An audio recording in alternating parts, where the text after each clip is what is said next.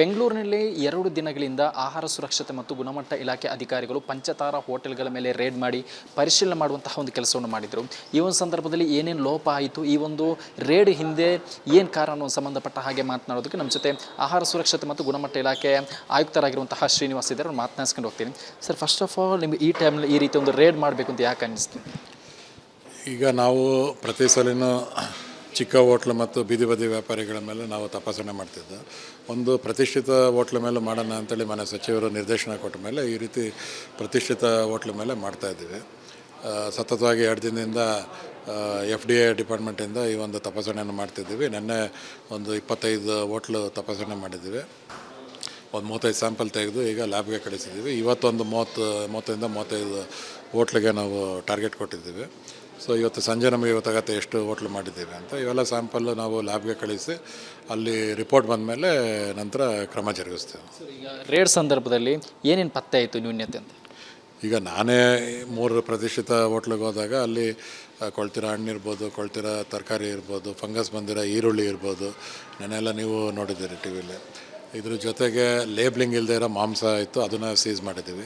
ಕೆಲವು nearing expiry date ಮಾಂಸ ಇತ್ತು, ಅದನ್ನು ನಾವು ಸೀಸ್ ಮಾಡಿದ್ದೀವಿ. ಯಾಕಂದರೆ 1 ದಿನ 2 ದಿನ ಇವಾಗ ಎಕ್ಸ್ಪೈರಿ ಇದ್ದಾಗ ಅವರನ್ನು ಯೂಸ್ ಮಾಡೋ ಚಾನ್ಸಸ್ ಇರುತ್ತೆ. ಸೊ ಅದನ್ನು ನಾವು ಫ್ರೀಸ್ ಮಾಡಿದ್ದೀವಿ.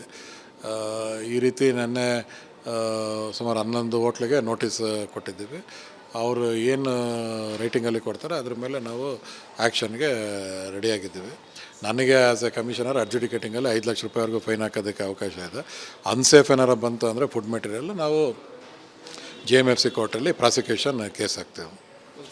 ಈಗಾಗಲೇ ಒಂದಿಷ್ಟು ಜನರಿಗೆ ಇದು ಗ್ರಾಹಕರಿಗೆ ಸಪ್ಲೈ ಆಗಿದೆ. ಯಾಕಂದರೆ ನೀವು ಈಗ ರೇಡ್ ಮಾಡೋ ಸಂದರ್ಭದಲ್ಲಿ ಪರಿಶೀಲನೆ ಸಂದರ್ಭದಲ್ಲಿ ಈ ರೀತಿಯಲ್ಲಿ ಮಾಂಸ ಪತ್ತೆ ಆಗಿರೋದ್ರಿಂದ ಈ ಹಿಂದೆ ಕೂಡ ಸಪ್ಲೈ ಆಗಿರುವಂತಹ ಅನುಮಾನ ವ್ಯಕ್ತ ಆಗೋದು ಕಾಮನ್. ಈಗಾಗಲೇ ಆಗಿರುವಂಥ ಇನ್ಸಿಡೆಂಟ್ಗೆ ಏನು ಕ್ರಮ ಸರ್?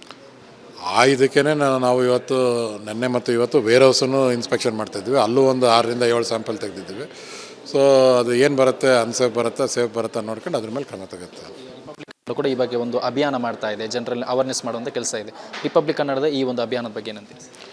ಅಭಿಯಾನ ಅದು ಒಂದು ನಿರಂತರವಾಗಿರಬೇಕು. ಮತ್ತು ಇವತ್ತಿನ ಸಾರ್ವಜನಿಕರಲ್ಲಿ ಏನಾಗಿದೆ, ಈ ಜಂಕ್ ಫುಡ್ ತಿನ್ನೋದು ಜಾಸ್ತಿ ಆಗಿದೆ. ಇದರಿಂದ ಒಬೆಸಿಟಿ ಜಾಸ್ತಿ ಆಗಿದೆ. ಒಬೆಸಿಟಿಯಿಂದ ಎಲ್ಲ ಥರದ ಕಾಯಿಲೆಗೂ ಅದು ರಹದಾರಿ ಇದ್ದಂಗೆ.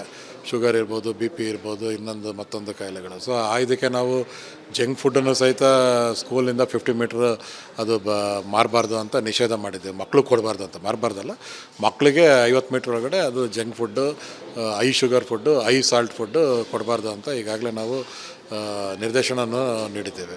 ಆಹಾರ ಸುರಕ್ಷತೆ ಮತ್ತು ಗುಣಮಟ್ಟ ಇಲಾಖೆ ಆಯುಕ್ತರಾಗಿರುವಂತಹ ಶ್ರೀನಿವಾಸ್ ಅವರು ಮತ್ತು ಕ್ಯಾಮರಾ ಪರ್ಸನ್ ಮಂಜುನಾಥ್ ಜೊತೆ ಸತ್ತ ರಿಪಬ್ಲಿಕ್ ಕನ್ನಡ, ಬೆಂಗಳೂರು.